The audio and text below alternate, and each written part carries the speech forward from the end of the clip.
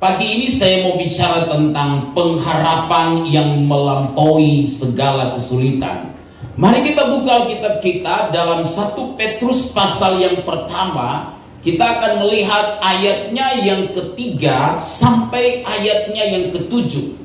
Demikian bunyi firman Tuhan. Terpujilah Allah dan Bapa Tuhan kita Yesus Kristus, yang karena rahmat-Nya yang besar telah melahirkan kita kembali oleh kebangkitan Yesus Kristus dari antara orang mati kepada suatu hidup yang penuh pengharapan, untuk menerima suatu bagian yang tidak dapat binasa, yang tidak dapat cemar, dan yang tidak dapat layu, yang tersimpan di sorga bagi kamu, yaitu kamu yang dipelihara dalam kekuatan Allah karena imanmu, sementara kamu menantikan keselamatan yang telah tersedia untuk dinyatakan pada zaman akhir. Bergembiralah akan hal itu, sekalipun sekarang ini kamu seketika harus berduka cita oleh berbagai-bagai pencobaan. Maksud semuanya itu ialah untuk membuktikan kemurnian imanmu yang jauh lebih tinggi nilainya daripada emas yang fana, yang diuji kemurniannya dengan api, sehingga kamu memperoleh puji-pujian dan kemuliaan dan kehormatan pada hari Yesus Kristus menyatakan dirinya. Bapak Ibu Saudara, kehidupan kekristenan kita dapat diibaratkan seperti sebuah perjalanan yang panjang. Sebuah perjalanan yang tidak mudah. Perjalanan panjang dalam kita mengiring Tuhan dan melayani Tuhan. Selama kita ada di dunia ini, kita disamarkan Tuhan untuk berada di tempat kita masing-masing untuk melayani Tuhan. Apakah di keluarga, apakah di sekolah, apakah di tempat kerja kita, di tempat usaha kita, apapun itu adalah sebuah pelayanan kita. Dan ini adalah sebuah pelayanan yang harus kita lakukan sepanjang kita ada di dunia ini. Saya pernah berada di Kalimantan Barat dalam sebuah pelayanan, dan kami pernah lakukan perjalanan misi. Habis sarapan sekitar jam 7 pagi, kemudian kita jalan, tiba di tempat pelayanan itu jam setengah 7 malam. Jadi saudara bisa bayangkan jalan kaki terus. Tibanya setengah 7 malam, berarti kita berhenti di beberapa titik. Memang pada titik-titik tertentu dalam perjalanan hidup kita, itu akan sangat terasa melelahkan, bahkan terkadang menyakitkan. Karena itu tidak jarang orang menyerah dalam hidup mereka. Waktu mereka mengalami masalah, waktu mereka mengalami kesulitan-kesulitan, tantangan-tantangan dalam mereka menjalani hidup mereka, beberapa di antara orang Kristen memilih untuk menyerah. Beberapa yang sudah berada dalam pelayanan, ketika dia mengalami pergumulan, mengalami tantangan, mungkin memilih untuk berhenti dan mundur dari pelayanan. Beberapa orang Kristen yang telah mengaku bahwa dia sudah diselamatkan, menerima Yesus sebagai Tuhan dan Juru Selamat pribadi, tapi karena persoalan, karena pergumulan, karena tantangan yang dihadapi, dia bisa mundur secara teratur, pindah ke lain hati, dan kemudian terhilang di dalam pengiringan dia kepada Tuhan. Beberapa mungkin di antara kita, ketika kita menghadapi masalah yang berat dalam pekerjaan, kita merasa itu terlalu besar masalah itu, lalu kita berhenti dalam pekerjaan, lalu kita berkata, saya angkat tangan Tuhan, saya menyerah Tuhan. Beberapa di antara orang Kristen yang walaupun dia telah setia beribadah, bahkan mungkin telah berada dalam pelayanan, tapi dalam perjalanan yang panjang dia ikut Tuhan, ada titik-titik persoalan yang berat yang dihadapi dalam hidupnya, dia menyerah dan berkata, kayaknya saya akhiri hidup saya. Saudara bisa temukan ada orang-orang yang seperti itu di dalam kehidupan di sekitar kita. Ada banyak yang seperti itu, saudara. Tapi tahukah Bapak Ibu Saudara, sesungguhnya Tuhan memberikan kepada saya dan saudara pengharapan. Dan pengharapan yang Tuhan berikan bagi kita adalah pengharapan yang dapat mengatasi masalah sesulit apapun. Pengharapan yang Tuhan beri bagi kita adalah pengharapan yang melampaui kesulitan yang kita hadapi. melampaui pergumulan yang kita hadapi. Masalah anak muda, pengharapan kita melampaui itu semua. Masalah pekerjaan, pengharapan kita melampaui persoalan pekerjaan kita. Masalah ekonomi, pengharapan yang Tuhan beri bagi kita melampaui segala pergumulan tersebut. Amin, saudara. Berapa banyak di antara saudara yang percaya bahwa pengharapan yang Tuhan berikan kepadamu melampaui segala kesulitan? Lambaikan tanganmu. Tahukah saudara, surat Petrus ini ditulis kepada orang-orang Kristen pendatang yang tersebar di Pontus, Galatia, Kapadokia, Asia Kecil, dan Bitinia. Sekarang sekitar daerah Turki kalau kita lihat petanya. Yang pada saat itu saudara sedang mengalami penganiayaan yang begitu hebat. Karena apa? Karena iman mereka kepada Tuhan. Saudara tahu, masa gereja mula-mula ketika mereka memutuskan ikut Tuhan, konsekuensinya mereka bisa kehilangan harta mereka. Mereka bisa kehilangan pekerjaan. Mereka bisa kehilangan usaha. Mereka bisa kehilangan penghidupan sehari-hari mereka. Bahkan mereka bisa kehilangan nyawa. Saudara tahu, jemaat mula-mula mengalami kesulitan yang begitu hebat. Mereka terpukul dan hampir-hampir putus asa. Kenapa? Karena mereka berpikir, kok ikut Tuhan begini? Kok melayani Tuhan begini? Kok jadi orang Kristen begini? Lebih baik saya nggak ikut Tuhan kalau modelnya begini. Lebih baik saya nggak jadi orang Kristen kalau modelnya begini. Lebih baik saya nggak melayani kalau modelnya begini. Semakin melayani, semakin disinggung terus. Semakin melayani, semakin ditekan terus. Wah, bagaimana nih? Sudah tahu, di tengah kesulitan seperti inilah surat ini ditulis kepada orang-orang Kristen pendatang yang tersebar di tempat yang saya sebutkan tadi. Tuhan mau mengingatkan mereka bahwa ada sebuah pengharapan yang Tuhan berikan kepada mereka, dan pengharapan itu melampaui segala kesulitan hidup. Bapak Ibu Saudara, demikian juga dengan kita. Tuhan mau ingatkan kepada saya dan saudara bahwa kita memiliki pengharapan, dan pengharapan kita melampaui berbagai persoalan yang kita hadapi. Mungkin kita nggak dianiaya seperti jemaat mula-mula. Mungkin kita tidak diperlakukan secara terintimidasi seperti jemaat yang mula-mula. Tapi kita mengakui, kita mengalami juga kesulitan yang tidak mudah. Kita mengalami tantangan yang tidak mudah. Tapi Tuhan ingatkan kita saudara, bahwa kita punya pengharapan di dalam Dia. Dan kita harus terus memelihara pengharapan kita. Pengharapan yang melampaui kesulitan hidup kita. Nah, pengharapan seperti apakah yang melampaui kesulitan hidup itu?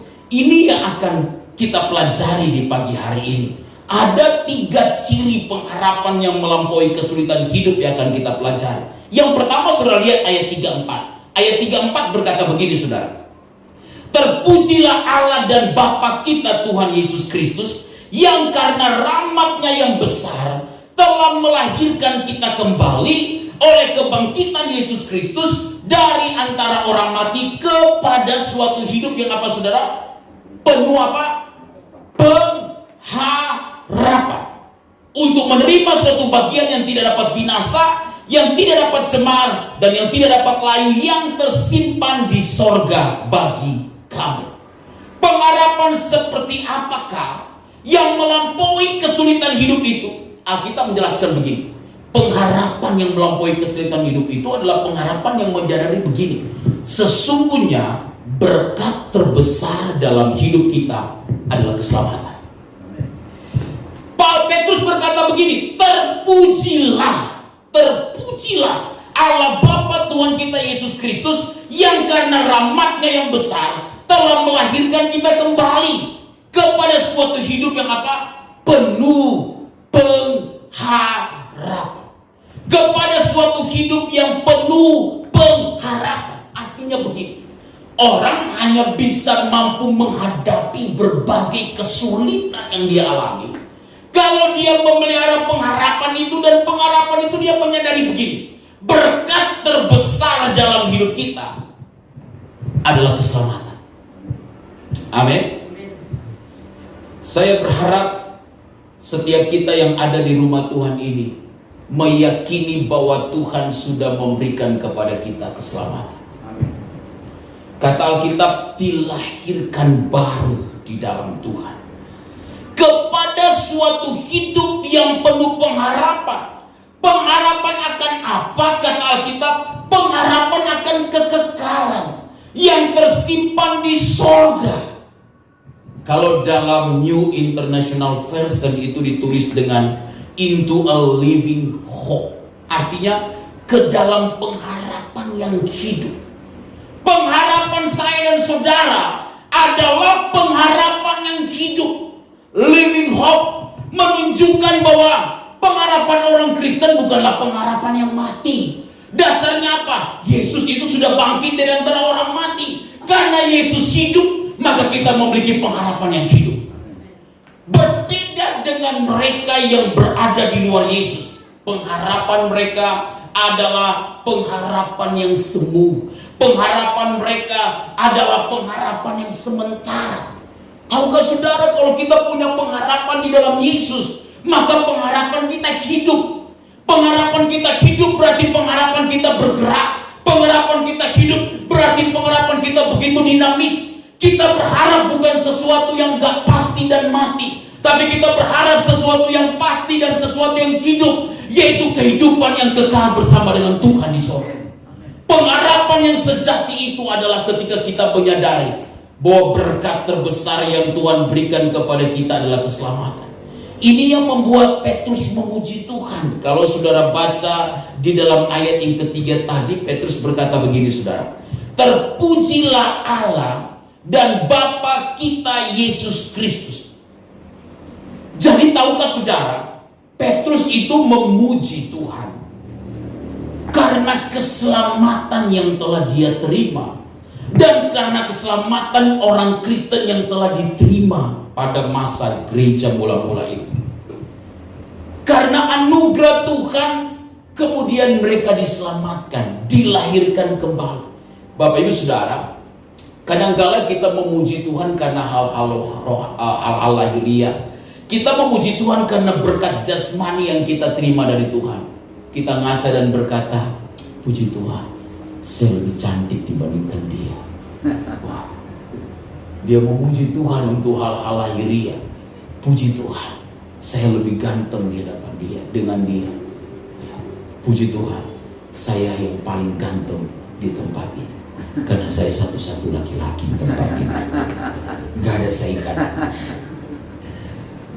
Kadang-kala kita memuji Tuhan karena hal lahiriah yang memang kita terima dari Tuhan. Karena kita sembuh dari sakit kita. Wajarkah kita memuji Tuhan? Ya, tentunya. Karena kita naik pangkat, lalu kita memuji Tuhan. Apakah itu salah? Tentu tidak salah. Karena kita punya usaha, punya bisnis, itu bisa berjalan dengan lancar, kemudian kita memuji Tuhan. Apakah itu salah? Itu tidak salah. Karena kita lulus kuliah, kita memuji Tuhan, itu juga tidak salah. Tapi tahukah saudara, berkat terbesar yang kita terima dari Tuhan adalah keselamatan. Semestinya itulah yang mampu kita berkata, Tuhan terima kasih untuk keselamatan yang sudah Tuhan beri bagi saya. Sehingga apapun yang kita hadapi di hadapan Tuhan, pada satu ketika ada masalah dalam pekerjaan, pada satu ketika ada masalah dalam pergaulan kita, pada satu ketika ada masalah dalam rumah tangga kita, pada satu ketika ada masalah dalam usaha kita, itu tidak pernah akan menyurutkan hati kita untuk berkata, Tuhan Engkau tetap baik, Engkau tetap luar biasa, Engkau tetap memberikan yang terbaik karena aku sudah diselamatkan. Walaupun ada masalah, walaupun ada pergumulan, karena kita menyadari bahwa pengharapan kita itu adalah karena Yesus sudah menyelamatkan kita. Itulah berkat terbesar yang harus saya dan saudara pahami. Itu yang harus kita pelihara dalam hidup kita. Yang kedua, Bapak Ibu Saudara, pengharapan seperti apakah yang melampaui segala kesulitan? Saudara bisa lihat di dalam ayat yang kelima. Ayat 5 berkata kepada kita demikian, yaitu kamu yang dipelihara dalam kekuatan Allah oleh karena imanmu, sementara kamu menantikan keselamatan yang telah tersedia untuk dinyatakan pada zaman akhir. Saudara lihat ayat 5. Kata Alkitab, kamu yang dipelihara oleh kekuatan Allah karena imanmu. Pengharapan seperti apa yang melampaui kesulitan hidup? Yang kedua adalah pengharapan yang dilandaskan oleh iman. Yang dilandaskan oleh iman, dilandasi oleh iman. Antara pengharapan dan iman, Bapak Ibu Saudara, seperti sekeping uang logam. Di sisi yang satu adalah pengharapan, dan di sisi yang lain adalah iman. Pengharapan tanpa iman adalah kesemuan semata-mata. Pengharapan tanpa iman adalah kesementaraan. Pengharapan tanpa iman adalah ketidakpastian. Tapi pengharapan yang dilandasi oleh iman, karena kepercayaan kita bergantung kepada Tuhan, itu adalah sebuah kepastian dalam perjalanan kita bersama dengan Tuhan. Antara iman dan pengharapan tidak bisa dipisahkan. Karena itu Alkitab berkata, kamu yang dipelihara dalam kekuatan Allah karena apa? Iman. Saudara-saudara, kita bisa menghadapi hidup ini dengan kuat. Kenapa? Karena iman. Kita bisa menghadapi berbagai persoalan yang ada di depan kita dengan apa? Dengan iman. Karena itulah kemudian Paulus berkata, pergunakanlah perisai iman, supaya kamu bisa memadamkan panah api dari si jahat. Iblis mungkin menyerang kita dengan berbagai kesulitan dan pergumulan hidup ataupun tekanan, karena memang dunia ini seringkali berada dalam kendali dari si jahat. Tapi kita menghadapi semuanya dengan iman. Amin, saudara. Waktu masuk minggu ketiga di bulan Maret, kita udah tidak punya persiapan uang. Kita lihat dompet menipis. Kita bolak-balik ke ATM, belum dapat transfer. Kita tumpang tangan ATM kita berkali-kali dan berharap supaya ada mujizat yang terjadi. Ternyata tidak terjadi. Kita beriman, datang, kemudian kita cek saldo, tetap tidak ada penambahan. Tidak bisa ditarik karena sudah di bawah 50.000 rupiah. Pada kondisi itu apa yang harus kita lakukan? Tetap percaya kepada Tuhan, tetap berharap kepada Tuhan, tetap melihat bahwa Tuhan pegang kendali atas segala sesuatu. Kita hadapi anak-anak kita hadapi teman sekerja yang modelnya seperti itu. Kita diajarkan sebut dia dalam doa, bahwa dia dalam doa agar Tuhan mengubah hatinya, agar dia berperilaku baik dan berbalik menopang, memberkati kita. Ternyata tidak. Semakin kita doain dia, semakin cerewetnya minta ampun. Semakin kita berkati dia, semakin kita ditekan, semakin kita diperlakukan tidak adil, semakin kata-katanya pedas. Kemudian telinga kita merah, telinga ikut panas, tapi kita berupaya supaya hati tetap dingin. Kita doain tidak ada perubahan. Bagaimana kita menghadapi itu? Tetap percaya bahwa Tuhan bisa mengubah keadaan itu.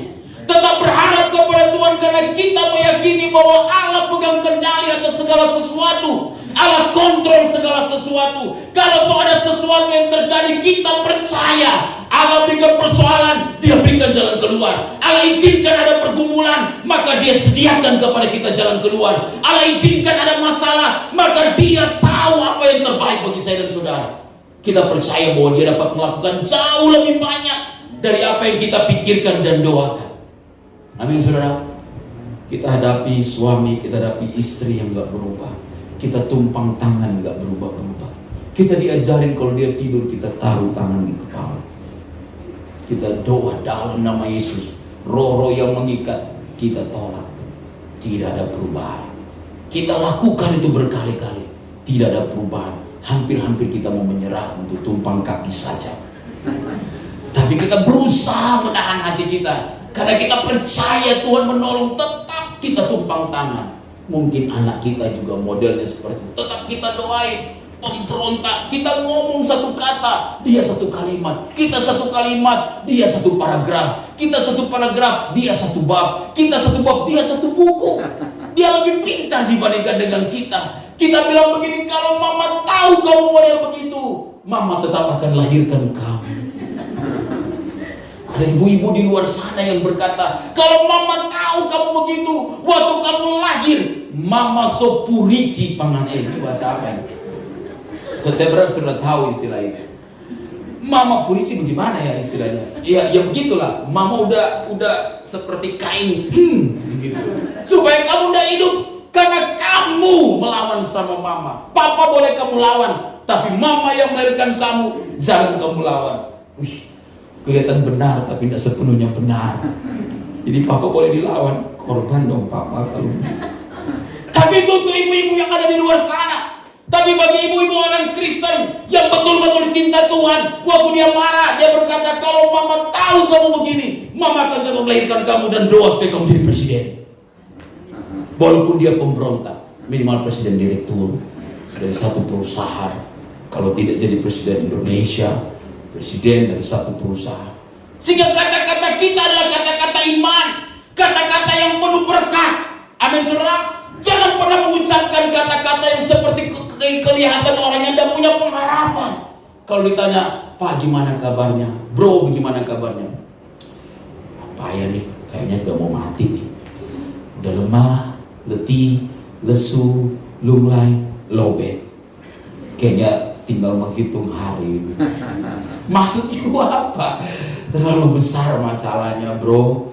Terlalu besar masalahnya, Pak Pendeta. Kayaknya saya hampir menyerah. Saudara, orang Kristen gak seperti itu. Semakin besar masalah dia, semakin dia pandang Tuhan. Semakin besar pergumulan dia, semakin dia lihat Yesus. Mengapa? Dia melihat Yesus yang berkuasa, yang bisa mengatasi masalah sebesar apapun. Amin, saudara. Pengharapan kita dilandasi oleh iman. Kalau engkau dikata-katai, kalau engkau dimarahi, kalau engkau dikatakan pergumulan persoalanmu itu tidak ada pengampunan, doain saja. Doain saja. Biarkan Tuhan berkarya di atas semuanya. Kalau engkau yang mengalami hal yang seperti itu, ketika diputusin dalam pekerjaan, di PHK, kehilangan semua yang engkau harapkan, yang telah engkau taruh pengharapan itu, bahwa engkau berharap dengan pekerjaan itu engkau bisa dapatkan sesuatu yang lebih baik. Jangan pernah berhenti berharap kepada Tuhan. Tetaplah percaya. Lihatlah dengan iman. Landasi pengharapanmu dengan imanmu kepada Tuhan. Amin, saudara. Ketika kita berkata begini dalam ayat kelima, dipelihara dalam kekuatan Allah karena imanmu. Saudara tahu, kata dipelihara ini kalau kita periksa dalam New International Version terjemahannya, itu dari kata protected, protect. Jadi itu artinya dilindungi. Itu kata Yunaninya itu diterjemahkan dengan mengawal.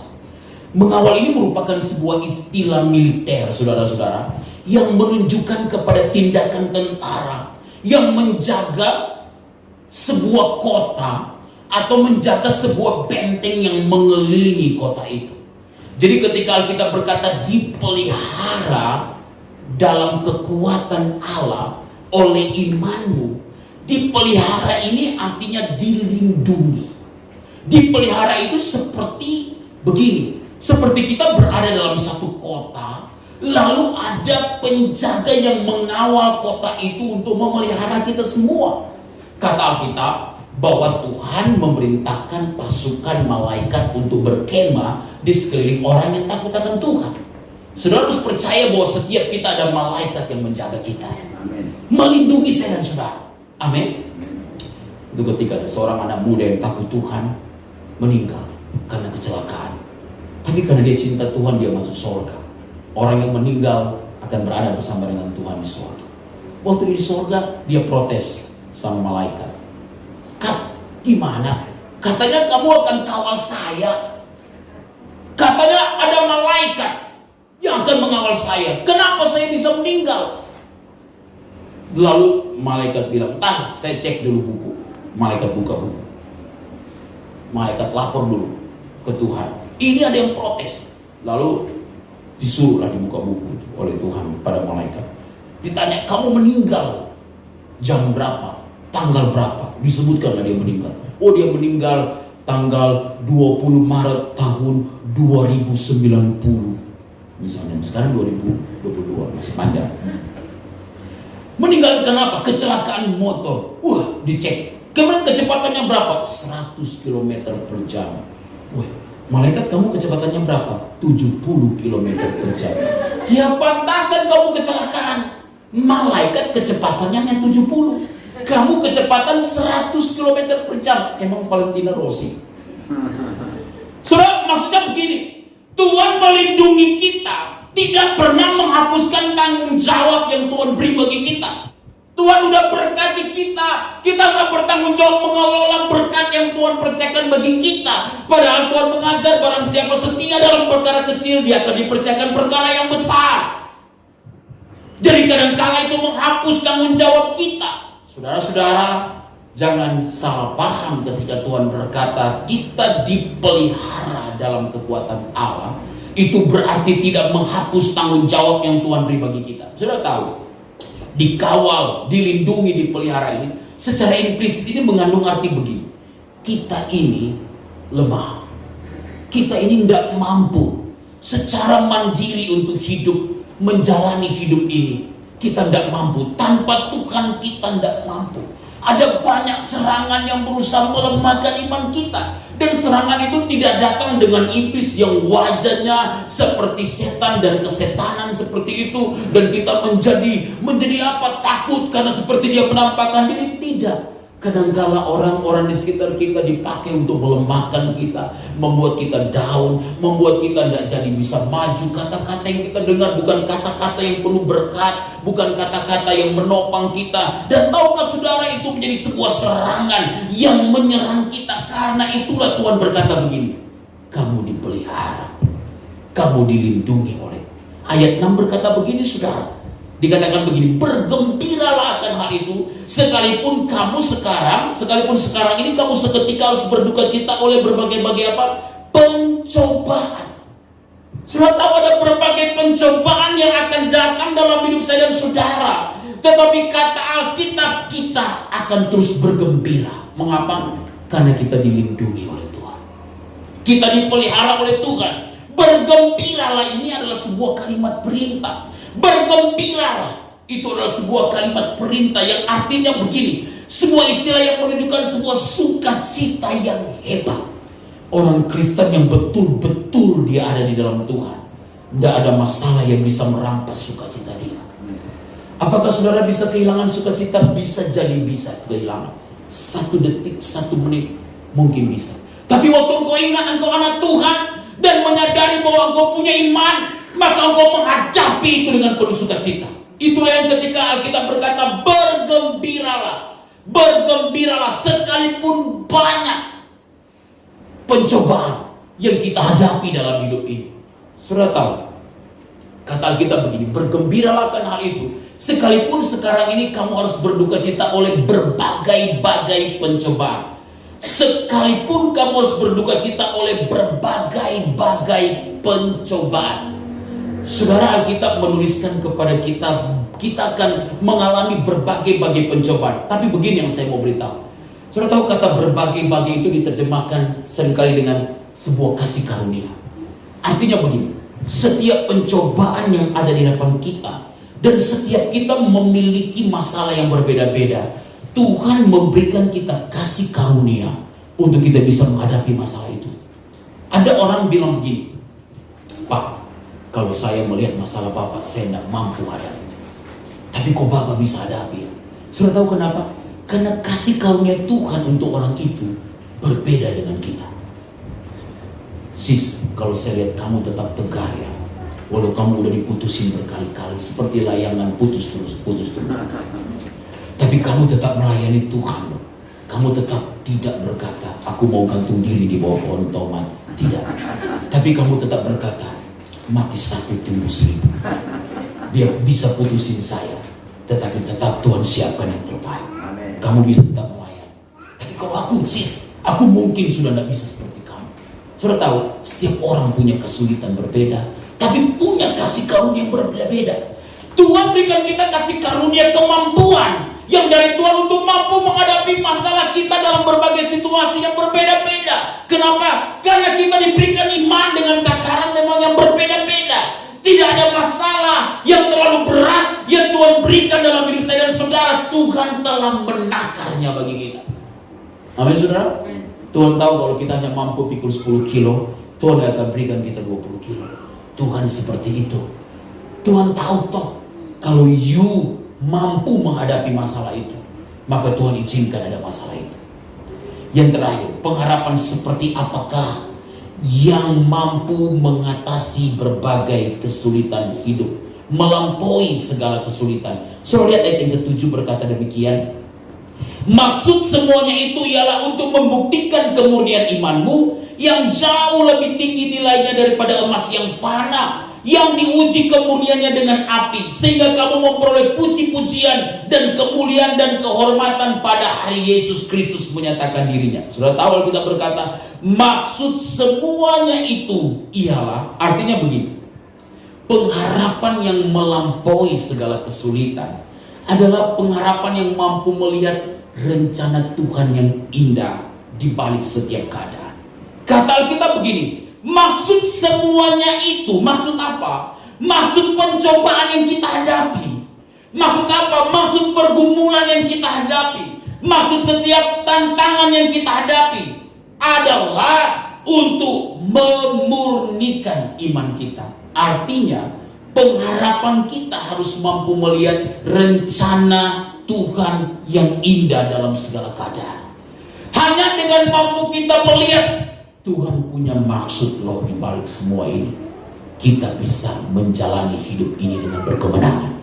Amin. Hanya mampu kita melihat kalau Tuhan belum berikan dan jawab doa saya, ternyata Tuhan punya rencana di balik semua itu dan kita mampu melihat itu. Itu membuat kita bisa menjalani hidup ini dengan penuh sukacita dalam pengharapan kita.